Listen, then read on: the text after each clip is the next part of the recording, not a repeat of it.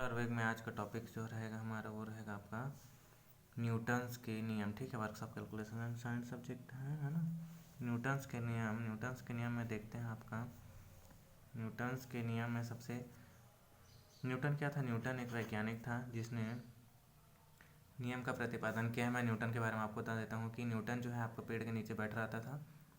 Apple का एक पेड़ रहता था, उसके नीचे जाके बैठ रहता था, तो इसके सर पे रोज़ एक एक एप्पल गिरता रहता था। ठीक है, तो न्यूटन क्या करता था, समझता था कि ये एप्पल नीचे गिरते क्यों हैं। ठीक है, तो उसको अब एक दिन गया, 2 दिन गया, 3 दिन गया, 4 दिन गया, रोज़ रोज़।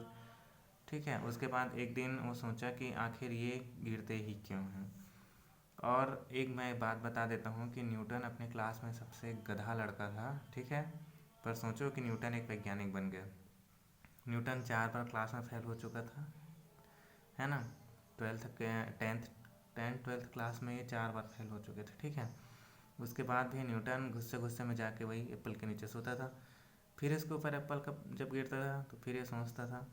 ठीक है, तो इसी के अनुसार न्यूटन ने नियम को प्रतिपादित कर दिया। ठीक है, कि आखिर वृक्ष से फल क्यों गिरते हैं, त्वरण, वेग, ये सब क्या है, ये सब को फिर न्यूटन ने नियम प्रतिपादन किया। ठीक है, तो यही है न्यूटन का नियम। न्यूटन के 3 नियम हैं। तो न्यूटन का जो फर्स्ट लॉ है वो देखते हैं। ठीक है, फर्स्ट लॉ मतलब प्रथम नियम। ठीक है, न्यूटन का जो पहला नियम है वो बता देता हूँ मैं।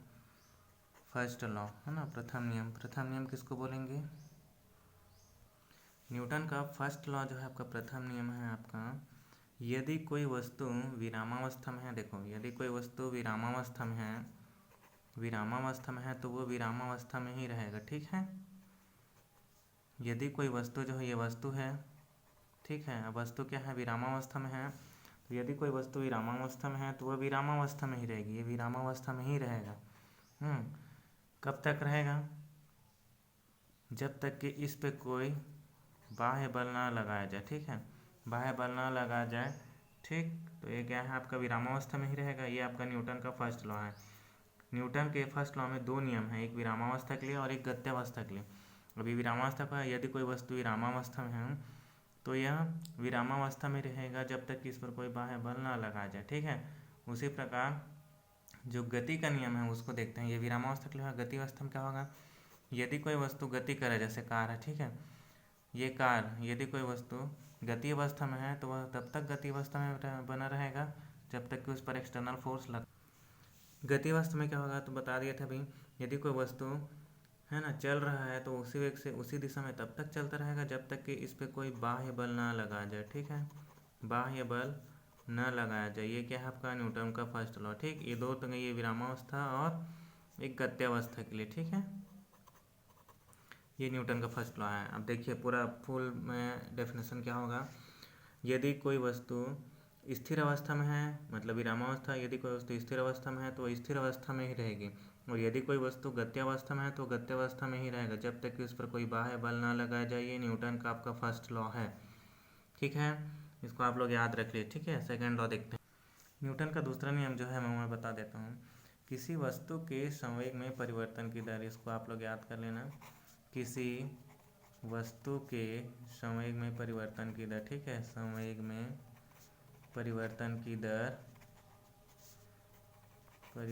की दर उस पर आरोपित बल के समानुपाती होता है, उस पर आरोपित बल के समानुपाती होता है। ठीक है, समानुपाती होता है। ठीक है, ये न्यूटन का सेकंड लॉ है। न्यूटन सेकंड लॉ जो है आपका, ये क्या होगा, किसी वस्तु के समय में परिवर्तन की दर उस पर आरोपित बल के समानुपाती होता है। अब कैसे देखते हैं, यदि किसी वस्तु पर एक्सटर्नल फोर्स F लगाया जाता है, ठीक है, बाहरी बल अगर F लगाया जाता है, कोई m द्रव्यमान की वस्तु है ना, m द्रव्यमान की वस्तु है ना, इस पर F बल लगाया जाता है तो उसमें उत्पन्न त्वरण मतलब समय में परिवर्तन मतलब त्वरण होगा v minus u upon T को मतलब a त्वरण हो गया। ठीक है, त्वरण हुआ ही। ठीक, तो क्या बोल रहा है, किसी वस्तु के समय में परिवर्तन की दर उस पर आरोपित बल के समानुपाती होता है। ठीक है, तो क्या क्या होगा देखते हैं। देखो किसी वस्तु के समय में परिवर्तन की दर तो क्या हो गया, v minus u upon T हो गया, है ना। उस पे आरोपित बल के समानुपाती होता है, तो ये बल F हो गया, समानुपाती का समबाहुल ये हो गया, ठीक है। अब वस्तु का द्रव्यमान क्या होगा, ये होगा आपका m, ठीक। तो क्या हो जाएगा F इक्वल टू, ये देखो v minus u upon T, v minus you मतलब क्या होगा, वेग में परिवर्तन की दर बटे समांतराल मतलब क्या होगा, ये त्वरण, त्वरण हुआ। अब त्वरण को हम लोग a से शो करते हैं और m आपका पहले से है और ये आपका समानुपाती का सिंबल, तो क्या हो जाएगा, ये यहाँ पे लिख रहा हूँ ना, तो क्या हो जाएगा F अनुक्रमानुपाती समानुपाती एम ए, मतलब F इक्वल टू अगर खोलेंगे तो ये के एम ए, ठीक है। K का मान तो 1 होता है, तो F इक्वल टू क्या हो जाएगा, एम ये होता है, ठीक है। किसी वस्तु के समय में परिवर्तन की दर उस पर आरोपित बल के समानुपाती होता है, ठीक है। न्यूटन का सेकंड नियम ये है। तो इसमें क्या होगा, एक्सटर्नल फोर्स F, m द्रव्यमान है, v minus u upon T ये त्वरण हो गया आपका वेग में परिवर्तन, ठीक है। तो अगर इसको इसके हिसाब से जमाएंगे तो F अनुक्रमानुपाती v minus u upon t into m, मतलब F अनुक्रमानुपाती एम ए द्रव्यमान इंटू त्वरण, ठीक है। ये आपका न्यूटन का सेकंड लॉ है, ठीक। आप लोग को समझ में आया होगा। इसका एग्जांपल दे देता हूँ। इस सेकेंड लॉ का एग्जांपल दिया गया है कि बंदूक से निकली गोली शरीर में घुस जाता है। अब इसका कारण क्या है, तो ये देखते हैं।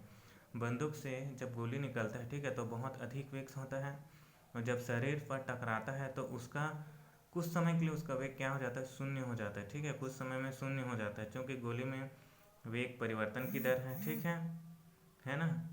और बल क्या होता है, बहुत अधिक होता है, परिणाम स्वरूप गोली जो क्या होता है, शरीर के अंदर घुस जाता है, ठीक है। मैं फर्स्ट लॉ का वो नहीं बताया था, एग्जांपल इसको बता देता हूँ। फर्स्ट लॉ का एग्जांपल जो है, देखिए गद्य वस्तु विरामावस्था दोनों के लिए है, तो अलग अलग एग्जांपल देता है। अब यदि कोई पुस्तक मेज पे रखी है तो वो विरामावस्था में है। अब जब तक उस पर हम लोग उसको बल लगा के हटाएंगे नहीं तो वो उसी विरामावस्था में ही रहेगी, ठीक है। तो ये आपका न्यूटन का फर्स्ट लॉ है ना। गति अवस्था के लिए क्या, जैसे हम लोग बस में सफ़र कर रहे हैं, ठीक है। अब बस में सफ़र कर रहे हैं, बस चल रहा है, ठीक है। बस क्या होता है, चल रहा है, ठीक है। तो बस के साथ साथ हम लोग भी गति अवस्था में रहते हैं, लेकिन जैसे ही बस का ड्राइवर अचानक से ब्रेक लगाता है तो हम सामने की ओर झुक जाते हैं। इसका कारण क्या है, इसका कारण ये है कि हम लोग भी बस के साथ ही अपने बस जैसे जैसे चल रहे तो हमारा गति अवस्था में हमारा शरीर बना था, अब अचानक से ब्रेक लगा तो बस के साथ ही हम लोग भी आगे की ओर झुक गए, ठीक है। ये आपका गति अवस्था का नियम हो, ठीक है। अब देखते हैं थर्ड लॉ न्यूटन का, न्यूटन्स थर्ड लॉ।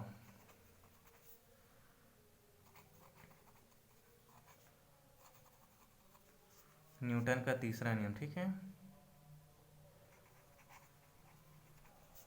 तृतीय नियम, तीसरा नियम क्या होगा इसको देख लेते हैं, ठीक है। तो न्यूटन का थर्ड नियम जो होता है, देखो यदि कोई वस्तु किसी दूसरी वस्तु पर बल लगाती है तो दूसरी वस्तु भी पहली वस्तु पर उतना ही बल लगाएगा, ठीक है। विपरीत दिशा में बल लगाता है तो ये दोनों बल क्या होता है, एक दूसरे के क्रिया और प्रतिक्रिया होते हैं, तो इसको न्यूटन का थर्ड लॉ बोलते हैं। अब थर्ड लॉ कैसे है, प्रत्येक क्रिया के विपरीत प्रतिक्रिया होती, ठीक है। प्रत्येक क्रिया के विपरीत प्रतिक्रिया, प्रत्येक क्रिया के विपरीत प्रतिक्रिया, तो ये क्या कहलाएगा आपका, न्यूटन का तीसरा नियम, ठीक है। ठीक, ये क्या, प्रत्येक क्रिया की विपरीत प्रतिक्रिया होती है, आपका न्यूटन का थर्ड नियम है, ठीक है। अब कैसे होगा, तो इसका एग्जांपल देखते हैं। तैरते के समय हम लोग तैरने जाते हैं, ठीक है।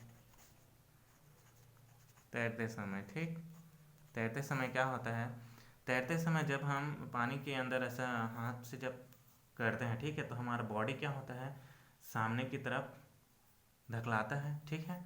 जब हम लोग नदी या तालाब सरोवर जहाँ भी स्नान करते हैं तो जब तैरते हैं तो क्या करते हैं, सामने से हाथ से हम पानी को ऐसे पानी के ऊपर धक्का मारते हैं तो पानी भी हमें क्या करता है, आगे की ओर धकेलता है ना, ठीक है। तो ये क्या होगा, क्रिया के विपरीत प्रतिक्रिया है, ठीक है। हम उस पर क्रिया कर रहे हैं तो वो हमको प्रतिक्रिया दे रहा है, ठीक है। दूसरा क्या है, बंदूक से गोली छोड़ने पर देख लेते हैं, बंदूक से, है ना, न्यूटन का थर्ड नियम में एग्जाम्पल देख लेते हैं। बंदूक से जब गोली छोड़ते हैं, ठीक है, बंदूक से जब गोली छोड़ जाती है तो बंदूक क्या करता है, पीछे की तरफ हमको धक्का देता है, ठीक है। बंदूक क्या करता है, पीछे की तरफ हमको धक्का देता है, ठीक है। बंदूक क्या करता है, हमको पीछे की तरफ धक्का देता है, तो ये क्या आएगा, न्यूटन का थर्ड लॉ, ठीक है। अब इसके आगे हम लोग देखते हैं टॉपिक, ये मोस्ट इंपॉर्टेंट है न्यूटन का फर्स्ट सेकंड थर्ड लॉ। अगर और समझ नहीं आया होगा तो आप मेरे से पूछ सकते हैं, मैं इसको और अच्छे से बता सकता हूँ। ठीक है, ठीक, चलिए आगे देख। आगे का टॉपिक है आपका संवेग। संवेग किसको बोलते हैं वो देखते हैं। ठीक है, तो संवेग क्या होगा आपका, देखिए यदि कोई एक वस्तु आपका हल्का है, ठीक है, एक वस्तु हल्का है, दूसरी वस्तु क्या है आपका भारी है, ठीक है, और दोनों समान वेग से चल रहा है, तो हल्की वस्तु को रोकने के लिए क्या करना पड़ेगा, कम बल लगाना पड़ेगा, कम बल लगाना पड़ेगा, और भारी वस्तु को रोकने के लिए आपका ज़्यादा बल लगाना पड़ेगा। ठीक है, ज़्यादा बल लगाना पड़ेगा। ठीक, तो क्या होगा, है ना, तो वस्तु का द्रव्यमान तो बराबर होता है, परंतु उसका वेग क्या होता है, अधिक होता है, और दूसरे का वेग कम होता है ना। तो स्वाभाविक सी बात है कि जो अधिक वेग से चलता है वस्तु, उसको रोकने के लिए अधिक बल लगाना पड़ेगा। ठीक, अब दोनों क्या करेंगे, दोनों वस्तु के द्रव्यमान उसके वेग पर निर्भर करते हैं। ठीक है, तो ये क्या कहलाता है, संवेग। अब इसका डेफिनेशन क्या होगा ये देखते हैं। संवेग, संवेग जो होता है किसी वस्तु के, किसी किसी वस्तु का संवेग जो होता है, वस्तु का जो संवेग रहेगा, वस्तु का संवेग उसके द्रव्यमान गुणित उसके वेग के गुणनफल के बराबर होता है। द्रव्यमान गुणित वेग का गुणनफल। ठीक है, मैं लिख देता हूँ यहाँ पे, द्रव्यमान और वेग के गुणनफल को क्या बोलते हैं, संवेग बोलते हैं। ठीक है, द्रव्यमान और वेग के गुणनफल को संवेग बोला जाता है। m इंटू इसको वेग को अगर हम लोग पी लेते हैं। ठीक है, अब इसका यूनिट क्या हो जाएगा ये देख लेते हैं। संवेग का यूनिट, मात्रक जो होगा आपका, द्रव्यमान का हो गया आपका किलोग्राम, और वेग का हो गया आपका मीटर पर सेकेंड। ठीक है, ये आपका इसका यूनिट हो जाएगा। ठीक, संवेग का। ठीक है, चलिए अब देखते हैं गति के 3 समीकरण, इसको हम लोग कल पढ़ेंगे, है ना। गति के समीकरण आपको भी पता है, गति का समीकरण क्या क्या होता है।